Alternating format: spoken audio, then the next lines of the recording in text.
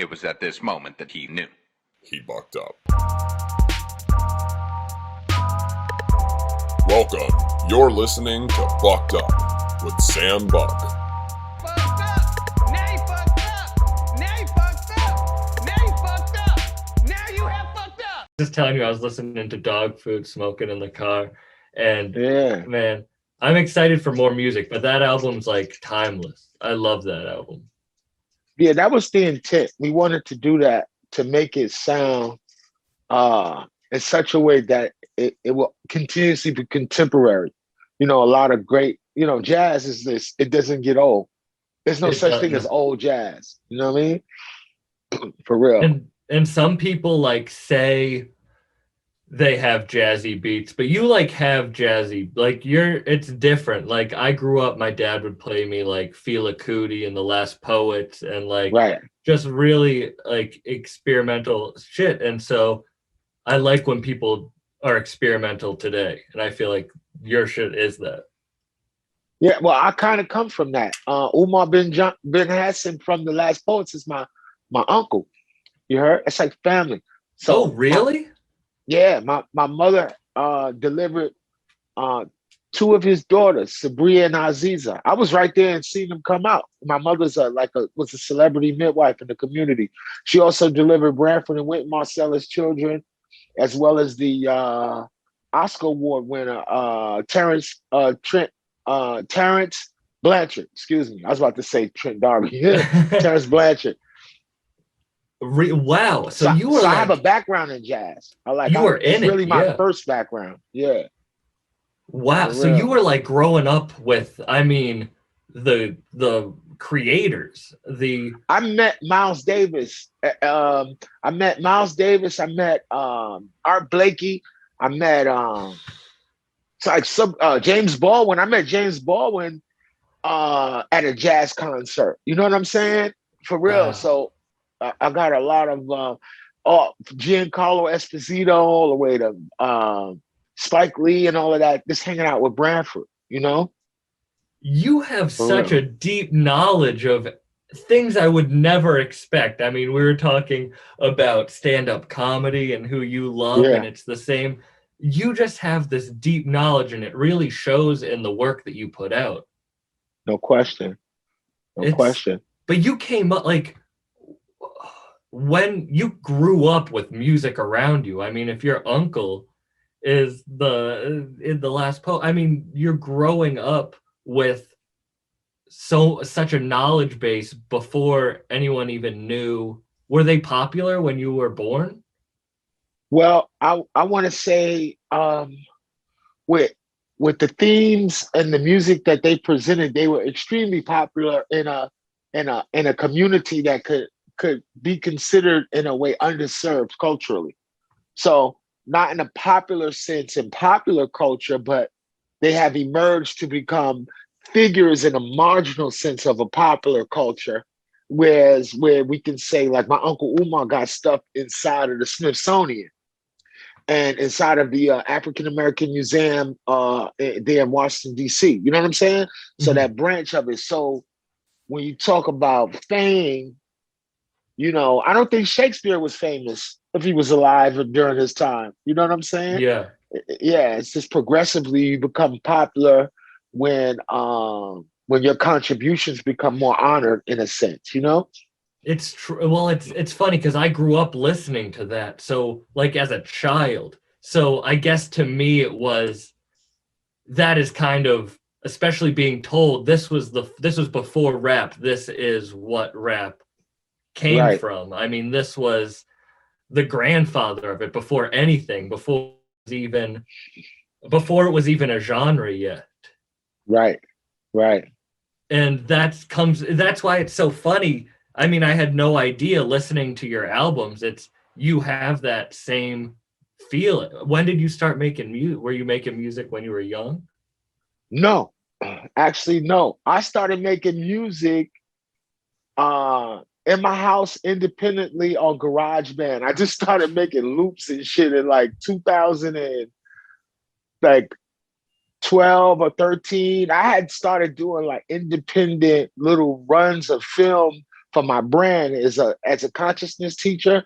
So I used to have to apply audio to my visual streams to just enhance them. So it made me, look for like nuanced music that goes specifically to what I'm trying to express. And then it went to that endeavor to me making like little contributions. I swear to God, people would like, I would totally ignore shit, right? Years ago, right? To now people is hitting me up like, yo, this is amazing. You feel me? But it really started, and this is when I stopped getting so much ignored. It started with Planet Asia, yo. I called him one day and I say, yo, I just called him because he pick up the phone for me and shit. This is years ago. And I'll be like, yo, listen to this. And I'll be trying to spit my little raps and shit.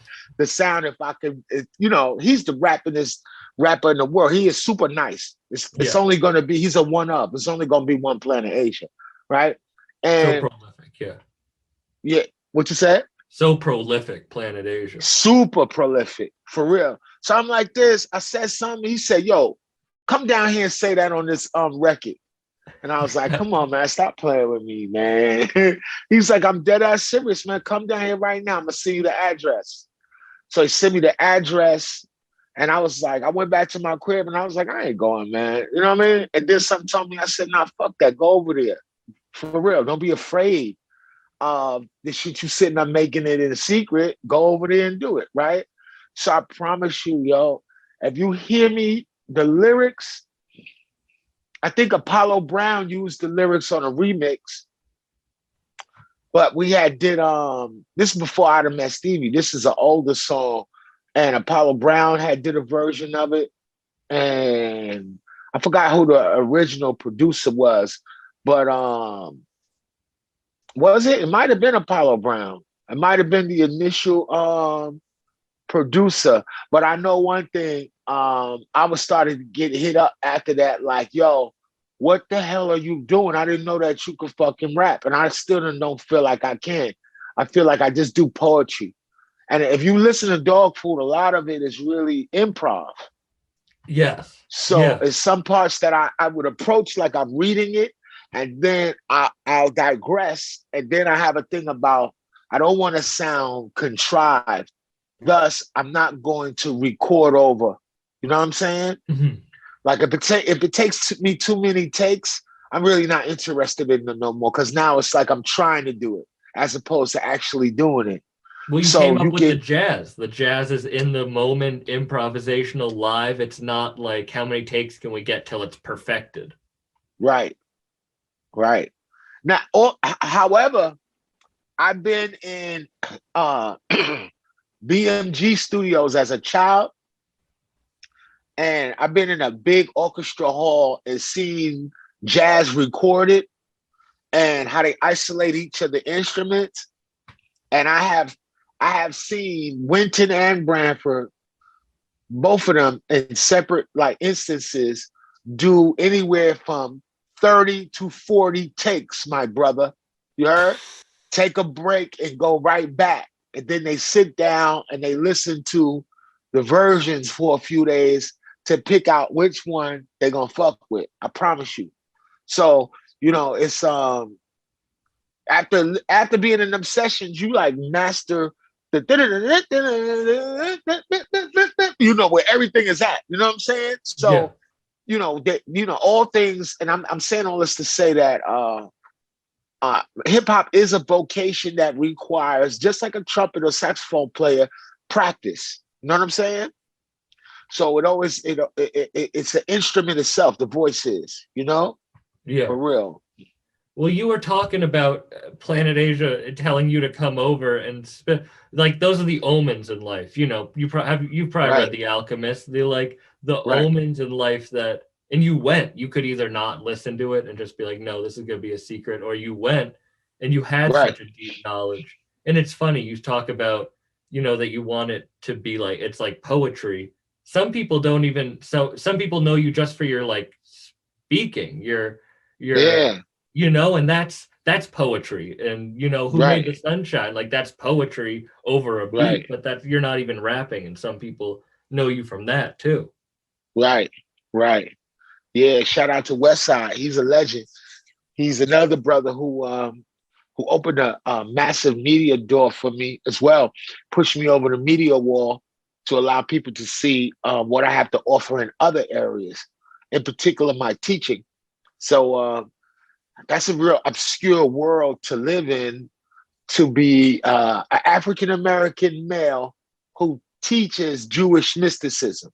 So I kind of confuse both spectrums. I confuse Jews oftentimes, and I confuse my own folks oftentimes. So Yeah. I'm kind of like, and I've been tested in both realms. One of my students, he was bodyguarding very extremely rich Jewish family. Their son went to USC, and they are responsible for. Can you imagine this? Who puts the wires inside of skyscrapers? That type of thing. You know what I'm Yeah. saying? Yeah. Yeah. So the brother who's a bodyguard, he says, "Yo, man, come over. My boss want to ask you some questions. She really just want to test your sword. You know what I'm saying? To see my level of acumen regarding the vocation of Jewish mysticism, Mhm. if it is a vocation."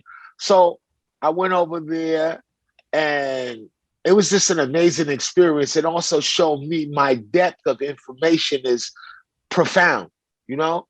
So she was extremely impressed, but as a damn near billionaire, the type of paper they're getting is amazing.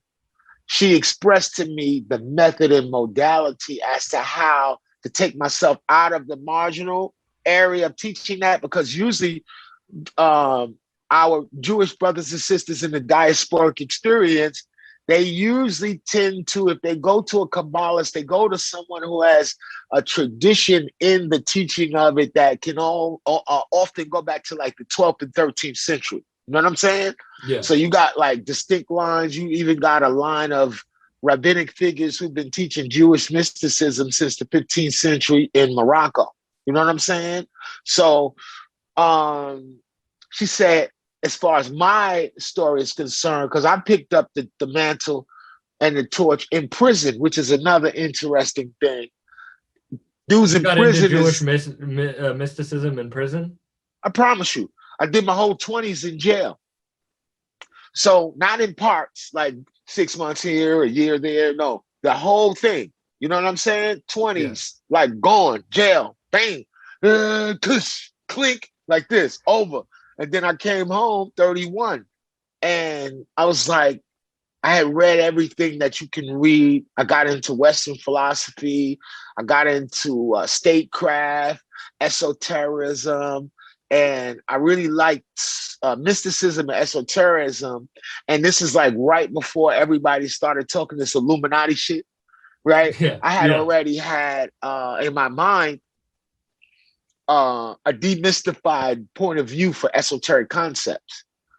So I kind of understand why humans participate in spiritual practices. It's not for spooky reasons. It has a lot of reasons pertaining to just the formatted way of how psychology exists within the psyche of those who are trying to survive. There's a lot of gauges and justifications made by the mind to have certain type of thoughts that are transcendental regarding the human experience. They go beyond into the spirit realm and into your thinking processes. You know what I'm saying? So I'm like, it's not like a, not to offend any listeners, it's not like a external God in control of all things. That wouldn't be fun. God wants to give you some of the chances to participate in the reality that has been presented for you. You know what I'm saying? Yeah, and So, I think hallucinogens play a big part of that. I don't know if you've, but like when I did DMT, it really opened up my mind to the realms of spirituality and to a higher power that I didn't realize was there before. I participate in spirit all the time. Oh, so you understand. I love Yeah. it, mushrooms, and I I'm wish not I a could big. give you some right now. I I'll do be like too. this. I Yeah, wish I like, here, could. bro. Yeah. I would take it with. Like, Trust me, there's. here. Yeah. It wouldn't have been the first episode I've done while tripping. I've done a few, but That's no, right. it really does open up your world past what you thought was possible when you haven't Right. done it before. Like trying to Right. explain to people who haven't done it. Like, have you ever done DMT? Hell yeah. I did DMT. I did it in Northern California, and it really helped me address the death of my mom. So my mom passed away, and it was like real intense for me. And I didn't have the language to really create the idealism that I have now regarding death. That when you feel sorrow, you have to transform your sorrow into praise. You know what I'm saying? I didn't Yeah. know that until I took that trip. And then that's when it took away all the discretionary filters that make you doubt and all of this stuff. And Yeah. it keeps you grounded in your breath, is what I feel. Because spiritually, that's why I believe that the breath is the real person. You heard? It's the only thing that can't be taken. You know, you can be brain dead, bro. You can't not be breath dead. Like you can't stop breathing. You know what I'm Yeah. saying? Until And the prior to your heart stopping, if your breath would have to stop. You know what I'm saying? For real, your heart can stop and you can still like have the semblance of life. You know what I'm saying? But you cannot be alive without the breath form. So we are the breath in a sense. So when it divorced my body from feeling an attachment to the physical body, and that my life force was in my breath form. So each time that I used to breathe in, when the trip, I love those trips because they really be like under 5-6 minutes, but the shit is so intense, bro. It make you feel like you was can't high for forget about. hours. Yeah. Yeah. You can't forget about. How old were you when you did it in Northern California? I'm 46 now. I want to say I was 40. I was about 44. Oh 44. wow! So No, it was. excuse me. No, I'm bugging the fuck out. I was about 40. You heard? About 40, about to turn 40. Yeah. And I was going through a really, really dark patch in life, and when I did it and came out, it was it shows you that you are the person who can pull you out of that dark hole. Like your breath Right. and your, the 3 breaths in and then close your eyes when you take the Right. hits. You learn this knowledge that you can't even human language can't define it. Like I try to Right. explain it and it doesn't work because we're not developed enough as a species, I guess, to have language to define what we feel when we're in those experiences. I think when we define language and we make it go and transcend just audible ability, language comes in many forms where we can express it non-verbally, we can express it through dance. Languages, crying is a language. You know what I'm saying? Artistry, drawing, it's a language. And you're right. The cognitive forms of intellectual language, building structure, they kind of cannot do the full justice of what you are experiencing communicatively from the cosmos. It's like the cosmos is saying something and it's just using visuals to express it. Because if it tried to tell you, like, make a left here in life, make a right there, and then go up there, it'll be just too much for your ass, for real. That's why it was 30 seconds. My eyes were closed for 30 seconds and I came back and I was like, what just happened? Like that was, and I've eaten mushrooms dozens and dozens and so many times, but it's a different experience. So I want to go back to, you were in prison and you found Jewish mysticism, which is now what you give talks. But how did that happen? Well, you finish you gotta chew. I know how hard those are to get down. Take your time. So I was born into Islam. So I have a fundamental segue into linguistics of Mhm. Arabic and Hebrew are sister languages to one another. They have a lot of the same um, prefixes, suffixes, and uni, bi, and triliteral root word function. So, from my Islamic background, I remember being like almost lulled into Sufi mysticism, which is the mystical branch of Islam based off of my mother desire to enhance her understanding of Islam. She went mystical. So when I'm reading later on, I get in trouble. That wasn't the first time I went to prison. I just, that was the most time they had ever gave me. Mhm. And I just got sick and tired of doing it. You know what I mean? I'm like this, I'm not doing this shit no more. And I realized that I had to distinguish myself. So I said, what could I study that would elevate me beyond argumentation? Because even in prison, the most highly charged political conversations and religious conversations and shit be turning into knife fights, right? Mhm. Like the shit will start with some simple ass conversation and turn into an ideological battle where nobody wins. So I was like, I'm gonna fuck around and study something that nothing can be argued about the mystical world. You know, you can't argue with me and tell me where heaven is if I'm trying to point out that I want to be there or I'm pointing that that's where it's at. You heard? You know, we only, that's one of the things. And then I found that all the books that I was reading were always referencing Kabbalah. So one day, this old timer, this elder's name was Josiah. He had a piece of a book called The Secret Teachings of All Ages. He had a piece of the large, they up to like $1,000 to $1,500 now. The large one with the gilded pages and the beautiful pages and the pictures and stuff. You could get retail ones, small ones, the $25 one, but it's mandatory reading for everybody. They should have it, by Manly P. Hall. And just with a little piece of that book, I kept reading into the fact that religion is rooted in myth. And each myth is an archetype. I learned later on in my reading, and these archetypes are timeless. We're born with them encrypted in our DNA of memory.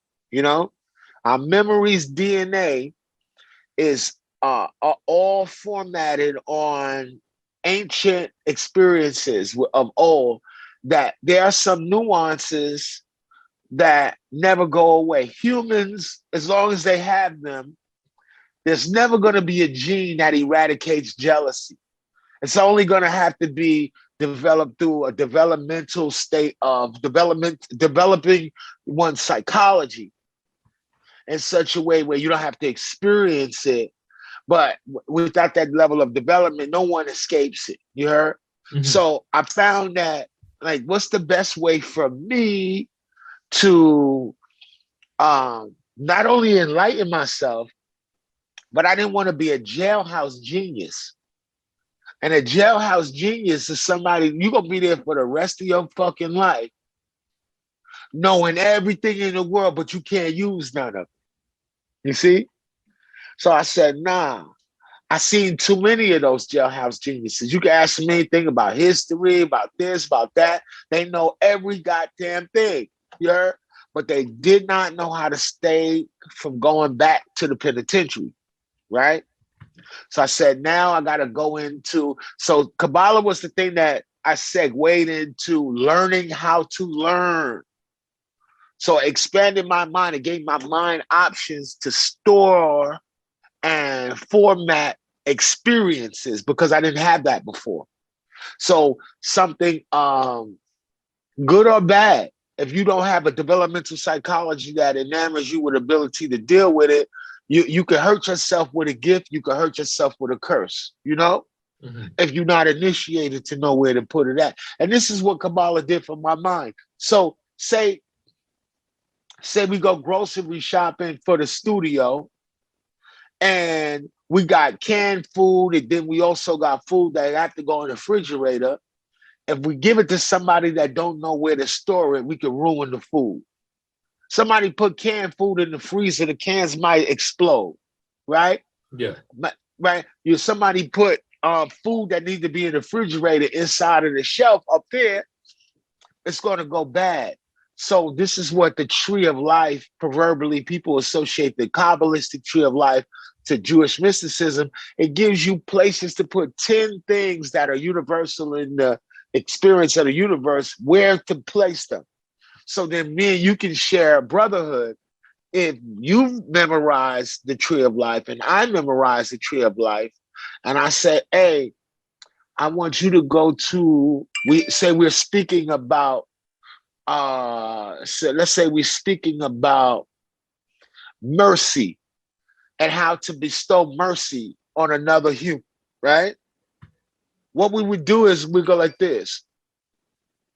Mercy, go like this. Mercy lives in the right side of the tree of life, and a Sephiroth called Kesed or Gedula, right? Which means, so let me give you an example of what too much mercy is, though, right? Okay. Say if you get paid every week, say you get paid $1,000 every week, and on your way home, you see 1,000 homeless people, and every single one of them asks you for $1, right? Yeah. And if you miss the mercy, Mr. Kesed, by the time you get home to your wife, you would have given all of your week's pay away because you're so merciful. And what would that do for you? It would be 1,001 homeless people now. You see? Yeah. So there's a part of the universe that gives us discernment. It tells us, no, not today.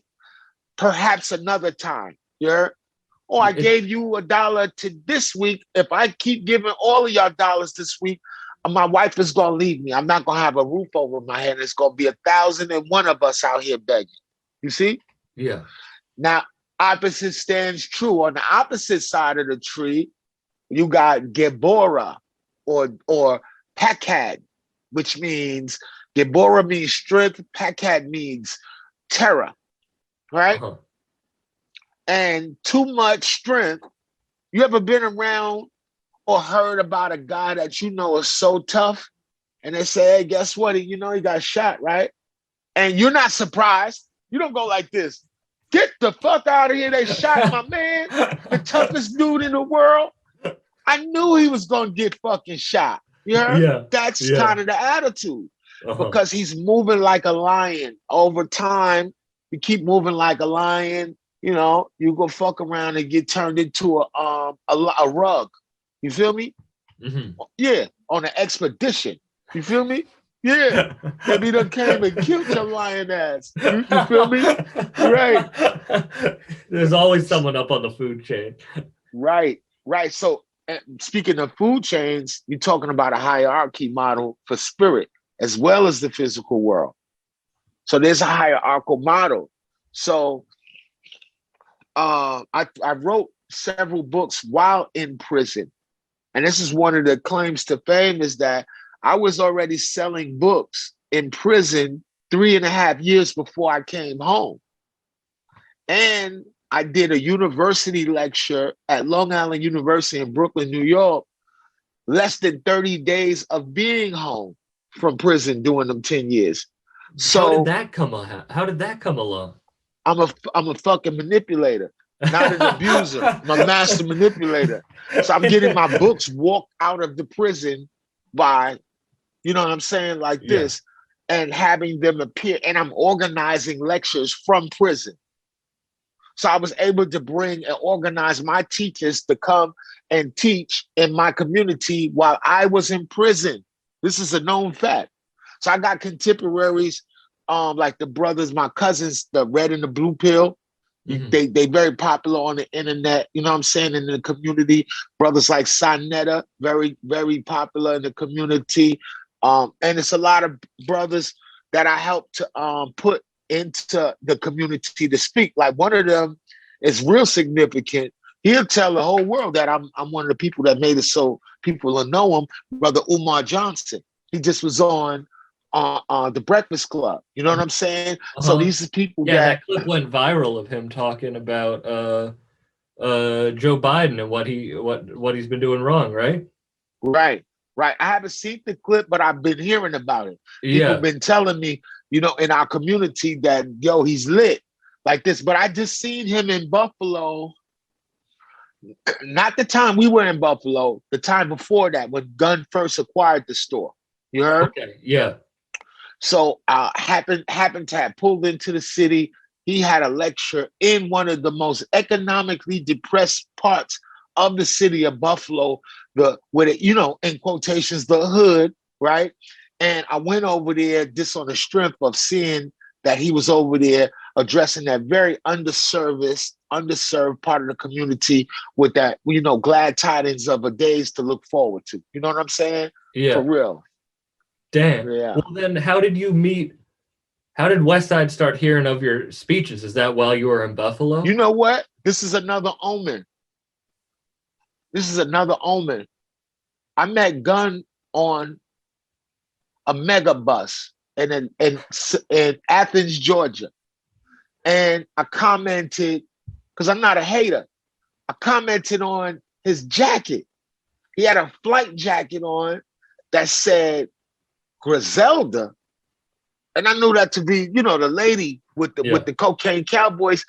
Then he had a Confederate flag with like real army patches, like the real ones. You know what I'm saying? I know like, exactly what jacket you're talking about. Yeah. Yeah. The one he's wearing on like Hitler wears, I think the first one. Yeah. Yeah. That era. So I'm like, yo, bro, that jacket is crazy. Right? So for the whole ride, it's about a 50-minute ride. We talking about, we don't say shit about music. We're talking about clothes, processes, and the shit, how to put the shit in certain, he was sharing with me nothing about no rap, bro. He was just talking about his clothing endeavor. You know what I'm saying? Yeah. And then at the end of the ride, he says, yeah, and I do music too. And passed me the CD. So, which I still have, right? Damn. And I'm looking, and I was fucking impressed because of it was Hitler too. I met him. I seen the mask, and it was a brother that I know named Ali Elmore. He's on the Instagram as a Noble Savage. He's one of my mentors as far as art and aesthetics is concerned. I look up to him. You know what I'm saying?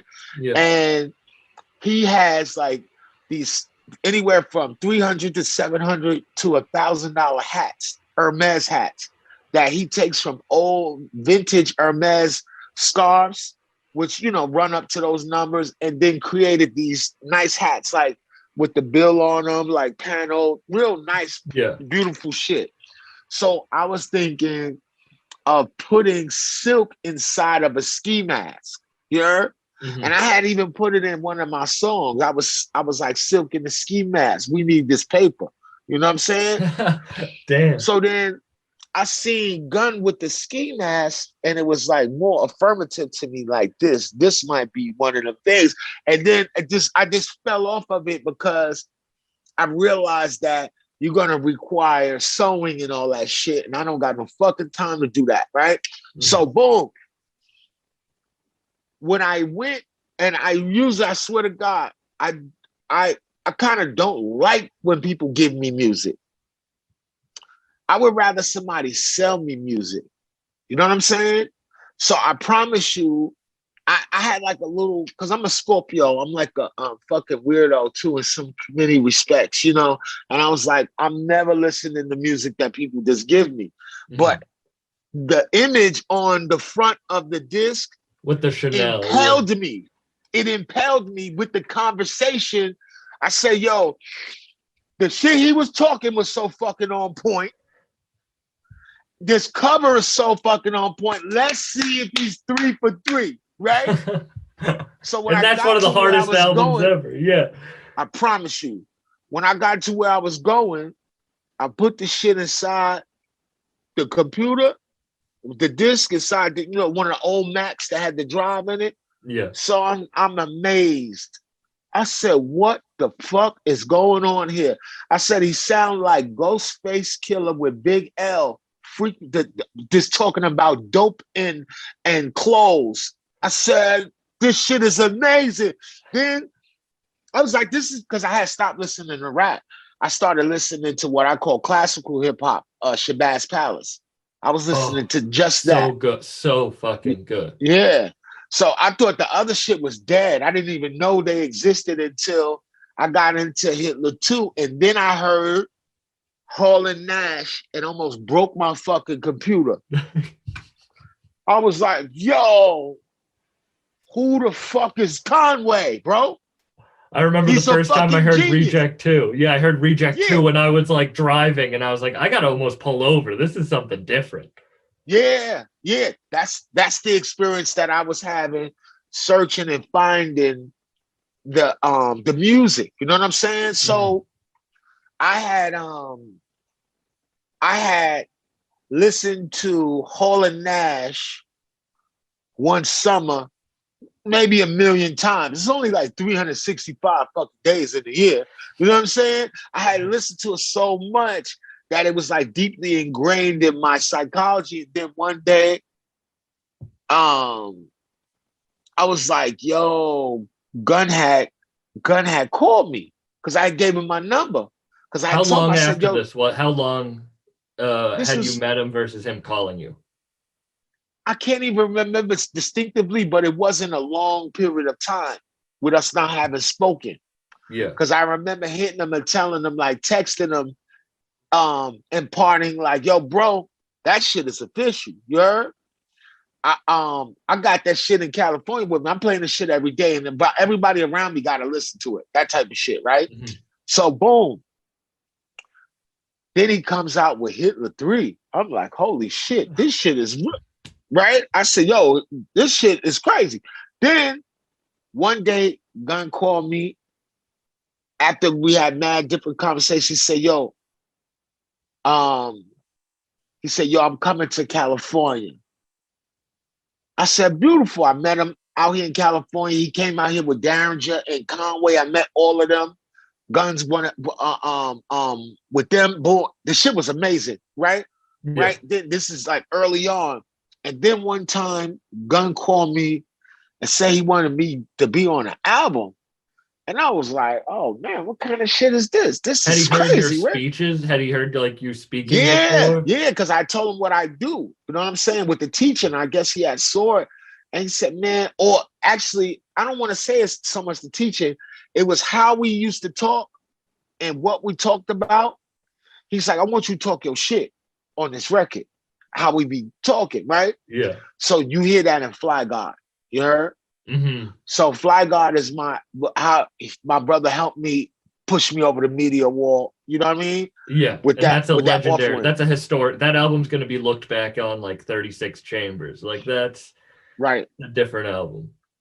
Right. It really is. It's a classic. You know what I'm saying? It is. Yeah. So like you have no idea how that feel. The next day, like I submitted I think I might have been the last submission. I was bullshitting. I almost missed that fucking boat. You know what I mean? Yeah. And I did it all in one take in a crib on my own compressor mic and just sent it.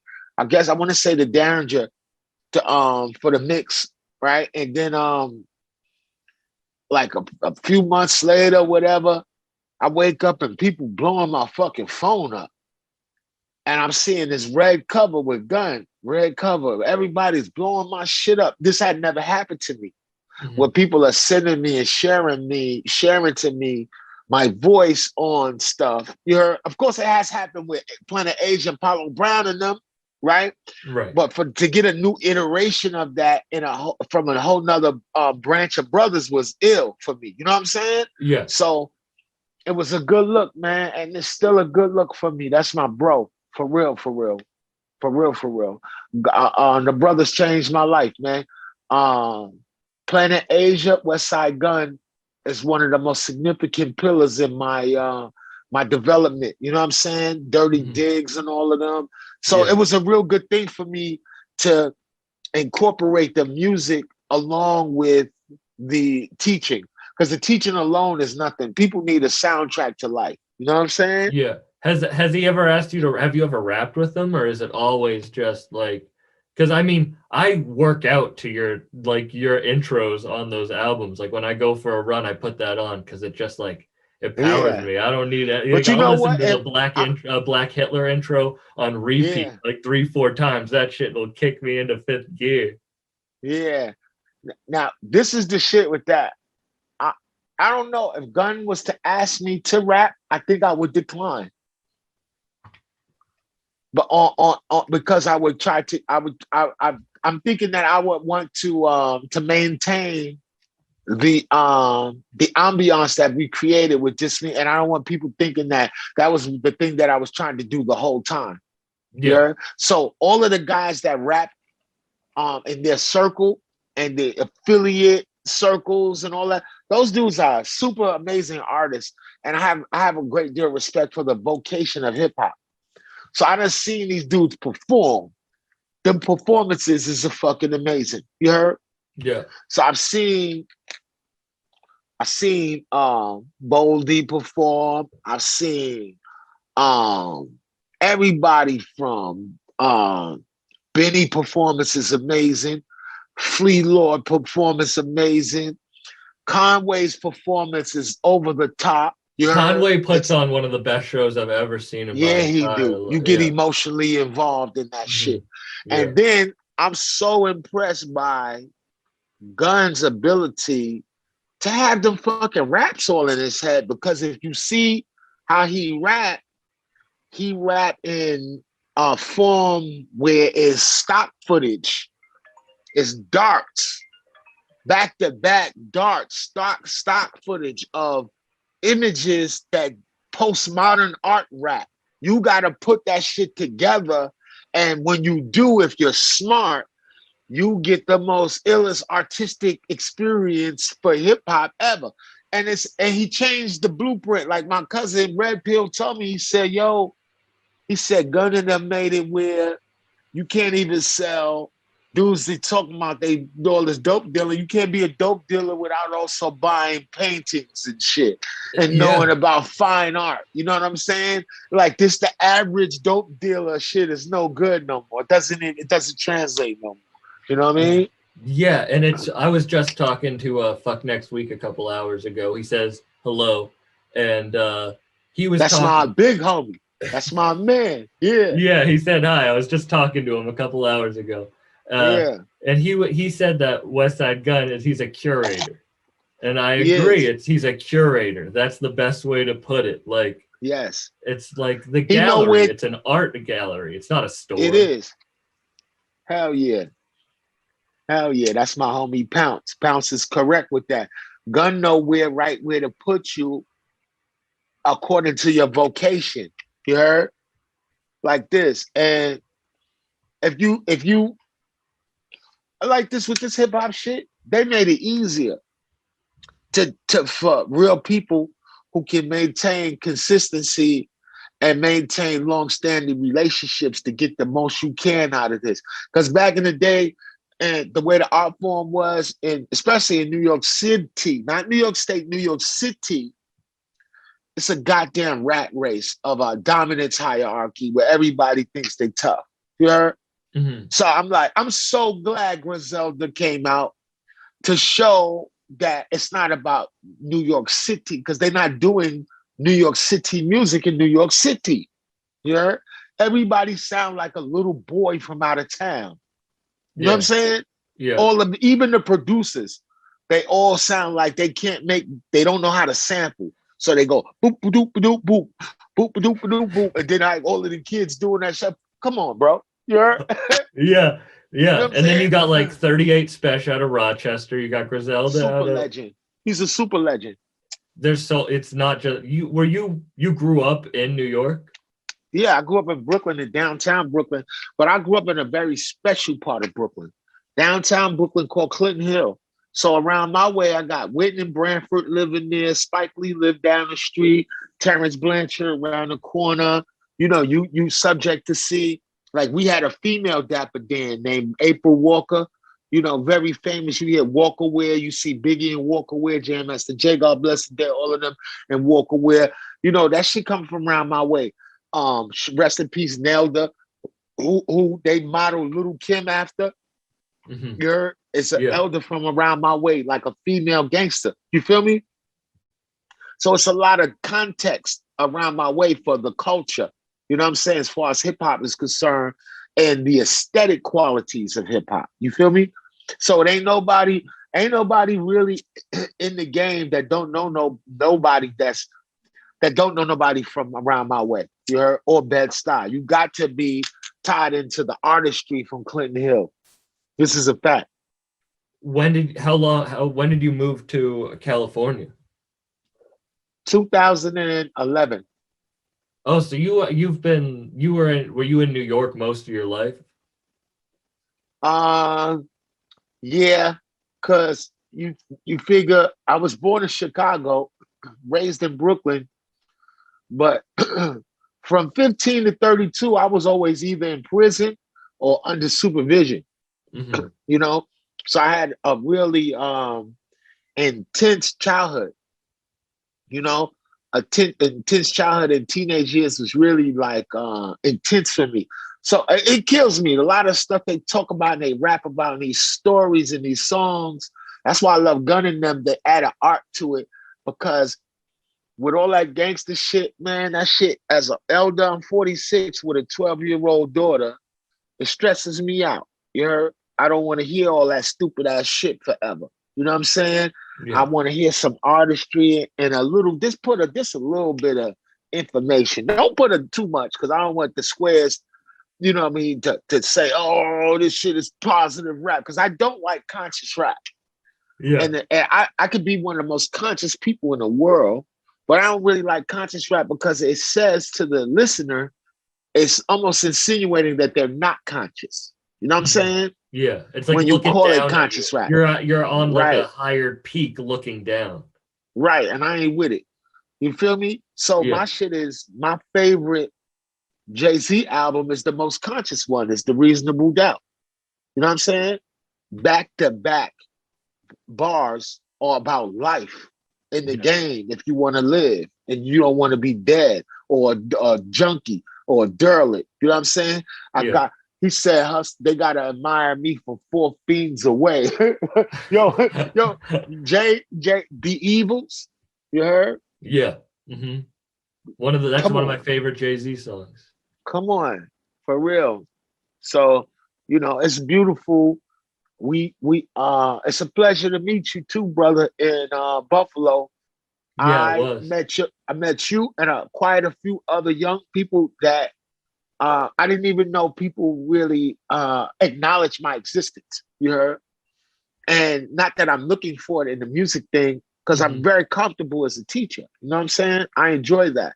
And I'm really not built for the man, I applaud those brothers with that because they owe it now that you're so all of them from the brothers out here to all the way to Buffalo, when you are noteworthy, known for your craft, oftentimes you don't get gifts no more. Everybody wants something from you. You know what I'm saying? You know, friends now, all of a sudden everybody wants this and that and all this shit. And it gets so intense and then it ruins friendships too. You know what I'm saying? Yeah. Shit could start where you just was y'all cool every day. Somebody start rapping, then your homeboy think he deserved to rap too. You heard all kind of crazy shit comes out of this experience. And those brothers I applaud them for keeping the art first, you heard, and not letting their environs overwhelm their confidence factor. on how to deal with the community as they progressively become more successful. You know what I'm saying? Because Yeah. the people, the hatred of the people could kill you. And I've seen the people kill, they say they shit. You heard the Rolling Stones say, who shot the Kennedys? After all, it was you and me. You know what I'm saying? That was one of the illest bars ever. And that's, they'll call that shit rock and roll, but it's all the blues, even hip hop. You know what I mean? Mm-hmm. For real. It's weird. The what jazz, blues, rap, and stand-up comedy are really the only American art forms. That's right.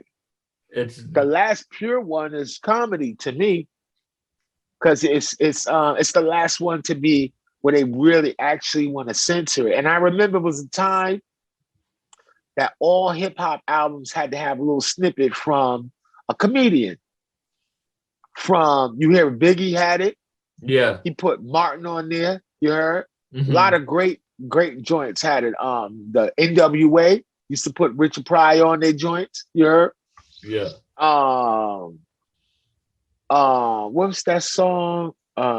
Appetite for Destruction by NWA. They got a snippet of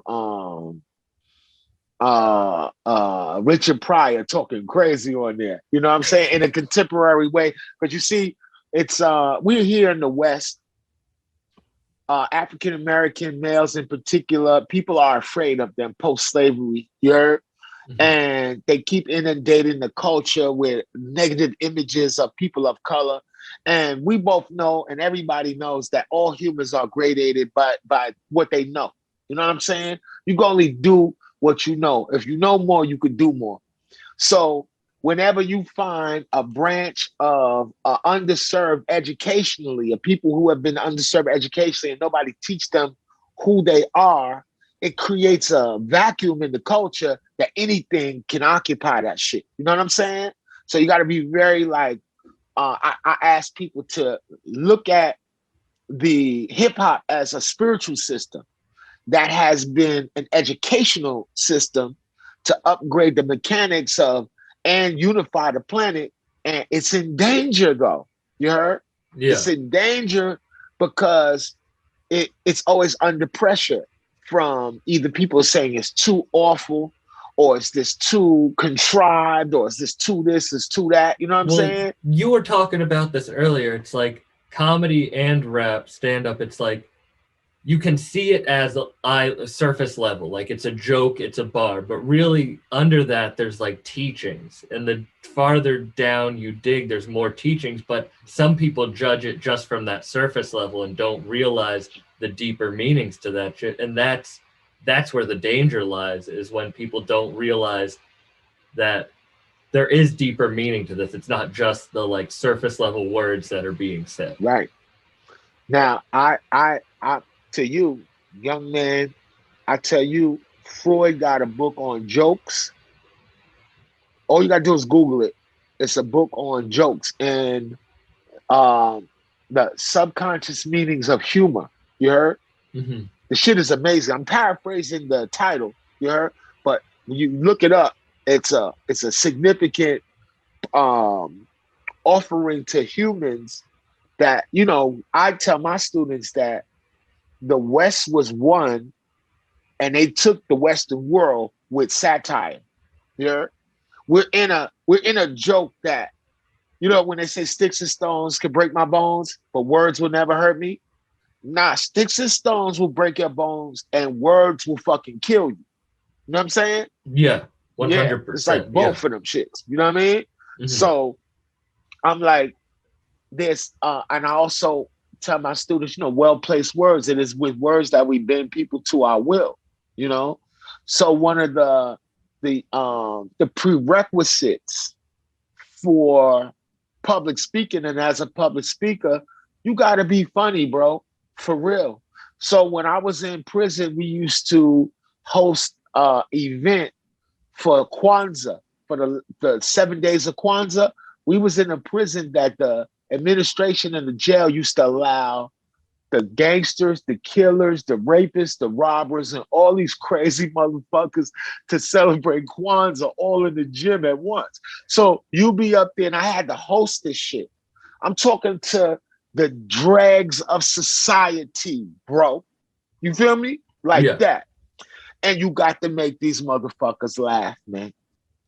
You got to make them emotional, but you got to make them laugh. They got to laugh. And then you got to do the shit so well that the prison guards are sitting there making sure these niggas ain't sitting up trying to start a goddamn revolution with words. You say something crazy, they gonna be like, oh, you going to Attica. Lock his ass up. What you say? Like this. I swear to God. Promise you. So could you imagine that you gotta empower them without sounding like you putting a fire in their back to be like this? What? Tonight we out of here like some Nat Turner shit. They gonna die like this book. But you gotta empower them without doing that, and then also allow a teaching moment to those administering to the prisoners, like, yo, can you laugh too? Because despite the fact that we're in a situation, everybody's here is a gangster robber and all that, you get to go home though. You heard? Mm-hmm. It's got to be a silver lining in that for you. You know what I'm saying? So I promise you, I used to have one that every day I do a set where I have somebody that I know is funny, because they in jail, it's comedians. It's dudes that are extremely funny. One of my homeboys' name was Jamie O. And he was from Harlem. He is so funny. He will get at your ass without cursing. That's his thing. He don't have to curse. I wish I could do that. I can't. Oh God, he says the craziest shit. He had the whole fucking gym dying, talking about my head. He was like, my head's so fucking big and shit. He was like, he said it's like a safe behind my head. You can open the shit up, and then I got a bunch of scrolls and shit inside my motherfucking head. He was killing me. Right? And I used to get at him because I used to say he looked like a fucking a gorilla. And that's why his ass is in the jail. He didn't even do a crime. They shot us they waited to extradite him back to the zoo. So everybody used to love that shit too. So we used to be getting at each other like crazy, right? And then our shit was, if somebody is getting into our jokes laughing too hard, we would both turn and be like, hold up, what the fuck is you laughing that hard at? Then we get at your ass together. I done seen, you're a fucking comedian. You're a stand-up comedian. I promise. And I seen the police even get mad at him, trying to play, on the dorm, trying to play, mind your business, because a motherfucker get at your ass, got at the police, killing his ass like this, saying the police, when they tell you the boots, because they be wearing the motherfucking police boots and shit. Jamie, I'm talking about the motherfucking boots look like they take batteries, and you could walk up the motherfucking wall, man. Like this, it'd be so funny. You heard? So we used to always do this. And I also noticed this, that some of the toughest dudes in the world are actually funny as fuck, bro. And this is when it gets funny. If you can't take it, you're going to get your ass beat. Because you're going to turn it into an argument, and the guy's just being funny, but he can fight too. So sometimes them must be the funniest dudes in the world. Well, you were talking about the lion thing, and I know in one of your talks you were talking about like tough, and it's like, you don't have to be tough. Like you can smile, you can crack jokes. Like you don't need to be fucking like stone-faced all the time. You know what? Like the toughest dude I know, he don't screw his face up. And I've never heard him yell. But this dude is one of the most dangerous men that I've ever met in my life. You heard? Super militant. He don't get high. He don't scream and yell. All he do is observe humans and then act appropriately and act accordingly. You heard? Like a mastermind. I promise you. So I learned in tenor, being around real people, that all of that shit like this, you really saw. You protecting something inside of you that you feel can be encroached upon. So you got to put on a hard shell. It's kind of like a crustacean. like a crab or a lobster. All his soft parts are inside, so he gotta put on and look crazy than a motherfucker. You know what I'm saying? Yeah. For real. But that's why it's cool. Like what I like about going back to like Griselda or like West Side is like how like just he's like cracking jokes. Like whenever I've seen him, like Conway laughing, they joke, they say funny shit in their bars. They have like the wrestlers on their shit. It's like you don't have to take yourself so seriously. Yeah. Like I love your merch. One of my favorite T-shirts that you ever did was that Doc Ellis one, the tripping one, because it's like tripping. Yeah. You don't have to take yourself so seriously. Like, yo, he said he couldn't even see the batters for that game. He could only see the tape that was on the back catcher's fingers. He was pitching to the tape on his finger. He couldn't even see the batters, bro. Could you imagine? No, I couldn't. I did stand up. I've done stand up on mushrooms twice, and it's pretty intense. Like you feel the energy of an audience. Like there's an energy, like when that amount of people are together, it's one life form almost. It's like one energy. And when you're upstage, you like feel it almost too much. It's too intense. Yeah. When you're up there, like what you were talking about, when you have to give the ebb and flow of the audience, because you want to make them excited, but you don't want to make them too excited that they want to like revolt. You know, you have to control them as a full being, not just individuals. Yeah. Correct. What do you have coming next? When's your next project? Well, you know, my major next project is my showroom. I have a large collection of books, art, and toys, collectible toys. And I collect a lot of Japanese toys and popular culture toys from the 80s. So I've technically, no bullshit, I got like 2 albums complete. But I'm a Scorpio. I'm very picky about my own shit, you know? Yeah. So it's like, nah. And then all these you guys better send those to me. I'll judge them. I'll tell you to put them out. Okay. So and then I know all of these guys that do all of these raps and shit. And then I'm listening to their stuff and I'm like, God damn, I'm not no goddamn rapper. This man is a goddamn rapper. And it should have made me get back into my books, into my other shit. You know what I mean? Until I get in the studio and then they like, when is this shit coming out, bro? Like that. You know what I'm saying? Yeah, no, that's resistance. That's resistance holding you back. You're like, you have one of the best ears for beats and your flows are just crazy. Like, I'm fucking fiending for more music of yours.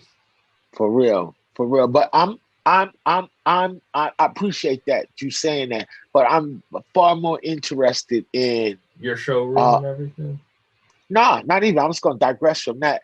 I was more interested in the new artists and the young people out that's going to do some amazing stuff. You heard? So I'm looking forward to what Gun has in store.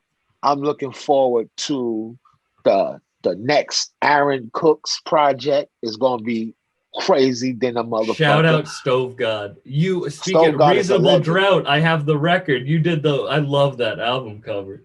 Shout out the album cover from Reasonable Drought. You killed that. Thank you. Hopefully, I just did his next album cover. I did it the night before last. So hopefully it gets approved and they use it. And shout out to him. And I'm always looking for stuff like, what is Rock Marciano going to do next? What is Conway doing next? You heard? What's the next Free God thing? Who's DJ Muggs going next production thing? You feel me? What is Al Divino doing? Rome Streets, these young people like that. Them is my folks. You know? Yeah. For real. Uncle John out of DC. Uncle John is a legend. I got Uncle John cassette tapes. They going up in my museum, not for sale, but for, display, that I'm really a part. and I know who is participants in the Renaissance in a real active way. For real. Yeah. For real. For real. When are you opening up the museum? I want to say I get the keys for the space tomorrow, so it's imminent. I want to say within the first 2 weeks of next month. Oh perhaps. wow! Yeah, so it's like I'm gonna have to come out and see that. Oh no, you're gonna love it, bro. I promise you, for real, for real. There's not For real. anything like that. What do you have, like, are you going to, when the shit opens back up, do like a tour of talks? Do you have any of that planned, or? Yeah, I just spoke to one of my elders in Chicago. I wanted to do a book tour, where I travel and not only do a lecture, new series of lecture I'm doing called Learning How to Learn. I got a book in queue that is called a myth making manual and learning how to learn. And when I go to these cities to lecture and retell the book, I'm also want to do tours of bookstores, because I love going into bookstores to specific sections and looking for certain publishers and years and themes. You know what I'm saying? Mm-hmm. So I got books, like I got a Jack Kerouac book that's like 10 pages long, and shit is like a $300 pamphlet, bro. You heard? Yeah. So I'm fucking with beatnik shit. I got all type of shit, man. I got the poster. I got original poster from the Basquiat and Warhol show, from the Tony Shafrazi show at Vishkaberger in 1983. You heard that shit? Shit like that. You're like a collector. Shit. Serious. I got real pictures of Muhammad Ali that my daddy took at the Savior's Day in 1975 with Step Infection. I got a lot of pictures. Damn. You know what I mean? I just found my mother's friend Rumantha used to deal, God bless her both, used to deal with Richard Pryor and Muhammad Ali. I just found a picture of Rumantha with Richard Pryor. You know what I'm saying? Really? So this stuff I'm gonna blow up and have available so people can see it. I got pictures of Whitney Branford and all of that. A lot of stuff. I got some shit. I can't wait to see that. Yeah. I can't wait to see that. For real. If you're looking for a good book, you should read this book. I'll send it to you. After this, I'll ask for your address. I'll send you the book. It's called Running the Light. It's by a stand-up comedian, but it's about like being a hard, like coke addicted alcoholic fucking road comic, like just traveling to the worst shows. And it's one of the best novels I've ever read. Yeah. It just came out. It's really good. It's by a guy, Sam Talent. Okay. I feel like you'll enjoy it. Yeah. Thank you for coming. Real. I really it was awesome meeting at the Buffalo Kids Gallery, because I had been a fan. That was a crazy day. That was an awesome experience. That was an awesome experience for the history of the craft, bro. I've never seen no hip hop personage from old or new have a retail experience like that with those type of intelligent youth crowds. You heard? Yeah. It was peaceful. It was like a huge family reunion where we just was meeting people that we were in the community and now we know each other. You know what I'm saying? For real. Yeah, because that was a historic moment. Like, there was just an energy there. So many people were there. I mean, many people were there. And promise. It put Buffalo back on. Like, Buffalo's a major rap city now. It is. That's a fact. That's a fact. And low key, I go to Buffalo, gonna tell you, I'll be popping up in Buffalo just to go vintage shopping. That's another thing. The next time we in Buffalo, remember what I said, that some of the illest collectibles in the world, bro, in Buffalo. I have even seen 2,500-year-old Egyptian artifacts that are offered for retail for any consumer in Buffalo. Why Buffalo? That's real. Why Buffalo? it's an isolated, it's isolated. And then it's a confluence of, it's almost right to another country is right there as well, Canada. Mhm. You know what I'm saying? Yeah. And then it's like if something gets, and then they have universities up there. Yeah. So when like teachers, if a teacher who's traveled the world passes away, say in the 50s and 60s and 70s, their stuff gets stuck in that city. Yeah. So imagine students who go to school, they're record collectors and shit like this. You're in school, record collector, buying sneakers and shit. Now it's time you graduate, time to leave. You're not taking that shit with you. They hawk it, sell it for dirt cheap or close to nothing, or give it to the Goodwills, right? And then it just ends up in the sea of retail. You know what I'm saying? Yeah. So collectibles of all type of stuff. I'm really giving too much trade craft with my collectible shit, but no more snitching. Yeah, we can cut the. But you know what? Yeah, but you know what happens is no matter how much we laid out the playbook, people, if you're not interested in spending your money, large amounts of money on things like I went back there and bought about, no bullshit, man, I'm not playing with you, about $600 worth of G.I. Joes, bro. You heard? On one trip. Damn. And that's just the Joes. You heard? That's just the Joes. Yo, this is me who been to jail, been to prison, and all of this. I swear to God, I bought a Pee-wee's Playhouse, the full set. With the Pee-wee Herman on the scooter. It's a collectible, though. But what year is that from? It got to be 85, 86. Oh, are you going to put that up? Yeah, that's going in the museum. Yeah. You bought that in Buffalo? Yes. Damn. Yes. A lot of Pee Wee Herman fans in Buffalo. Yo, shut up. For real. And the town I bought it from is called Tonawanda. You heard? Okay. So Tonawanda is a very interesting town because it's Buffalo, but it's like outskirts of Buffalo. Do you think they have the cherry jerked off in? Holy shit, the cherry jerked off in? What is that from? He got arrested for jerking off in a movie theater, Pee Wee Herman. Yeah, I remember. So I didn't know if at this Pee Wee Herman vintage store they had the chair that he jerked off in for sale, because that could be a collector's item. Yeah, Pee-wee is a weirdo. Yeah, that's my Sometimes man. the jokes don't land. Sometimes you win some, you lose some. That's all I can say. Yeah. Hell yeah. How you feel? How are those mushrooms feeling? How much did you take? I want to say it was probably a gram, maybe. Oh, that's a good amount. You can still you can still handle on a gram. I don't like taking like hero doses. I just want to take a gram and chill. No, I did that.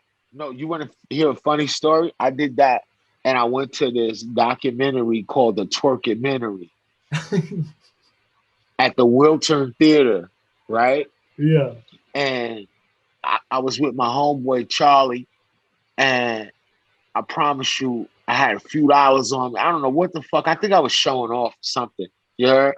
And I hadn't drank beer all that day. So I was like, oh, this is a great time to eat almost an eighth of mushrooms and chase it with 2 IPAs, right? And go watch a documentary called The Twerkdocumentary, right? So why the fuck did I do that, right? I ate the mushroom, right? Yeah. And I swear to God, I go in there and it was these 2 big girls, big mamas with their thighs, like juicy ass thighs and shit. So the mushrooms is hitting me. So everything is like hypersensitive to me, right? So I'm sitting there talking to these girls like I know them my whole life.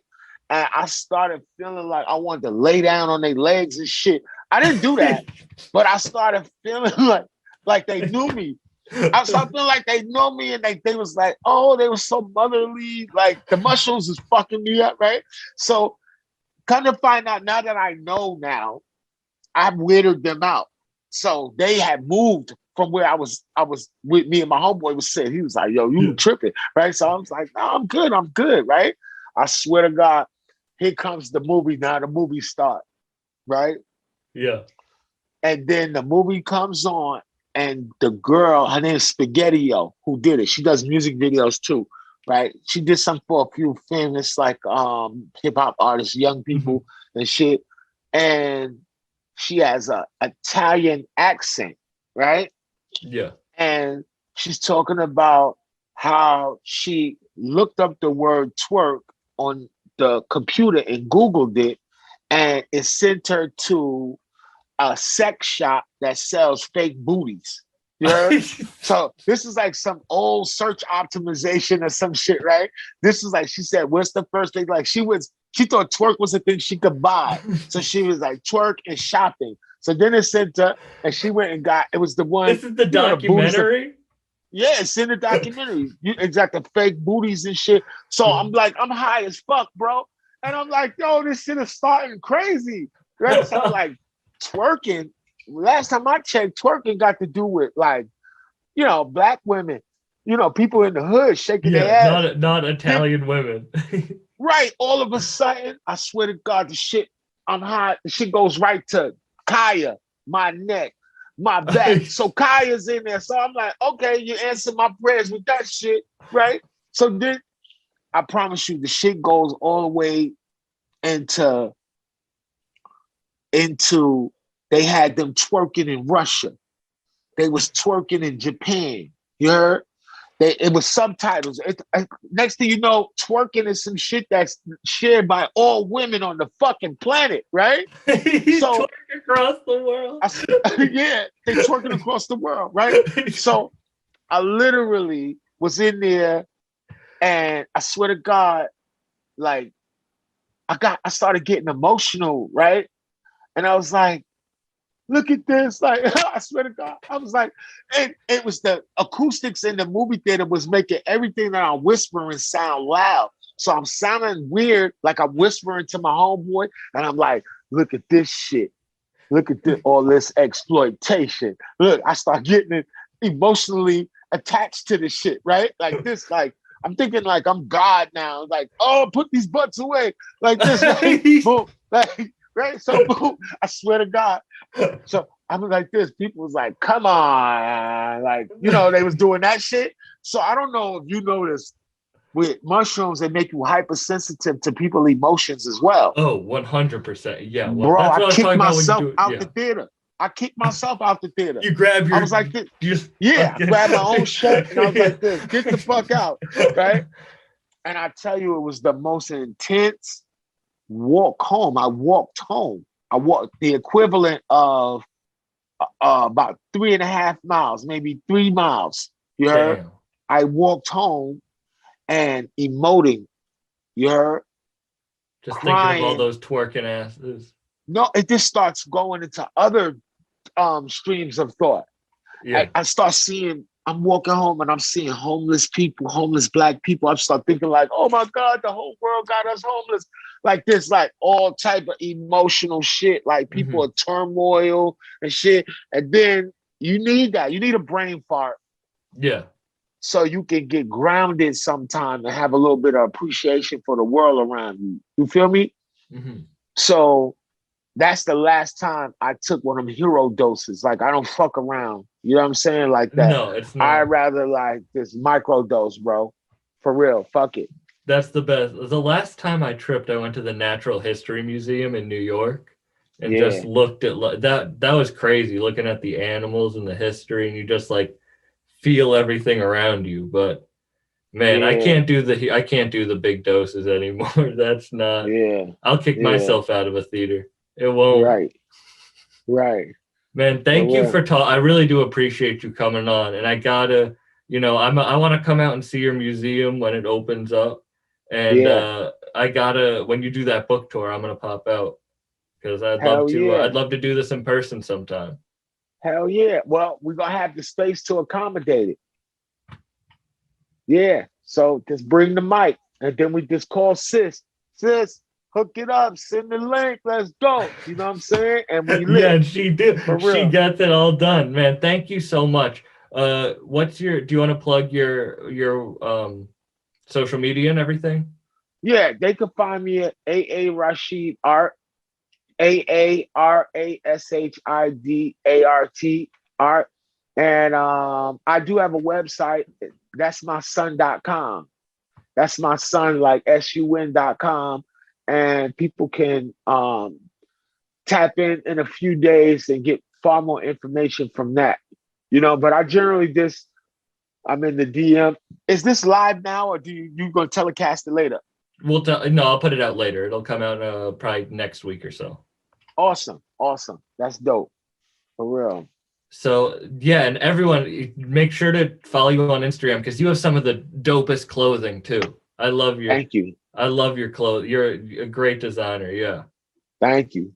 And see, we have so much more to talk about, but we'll leave it for the next time. We'll leave it in person. But thank you so much. I really appreciate you coming on, and I hope you have a good rest of your night, man. Thank you, bro. I'm just taking the picture of us. I just screenshotted something so I can put it on the internet and then tag you in and let the people know I finally got on the podcast. I'm lit now. Perfect. I promise. Yeah, you're on the pod. Thank you. Thank you so much for your time. Thanks. All right. All right. Peace. Peace.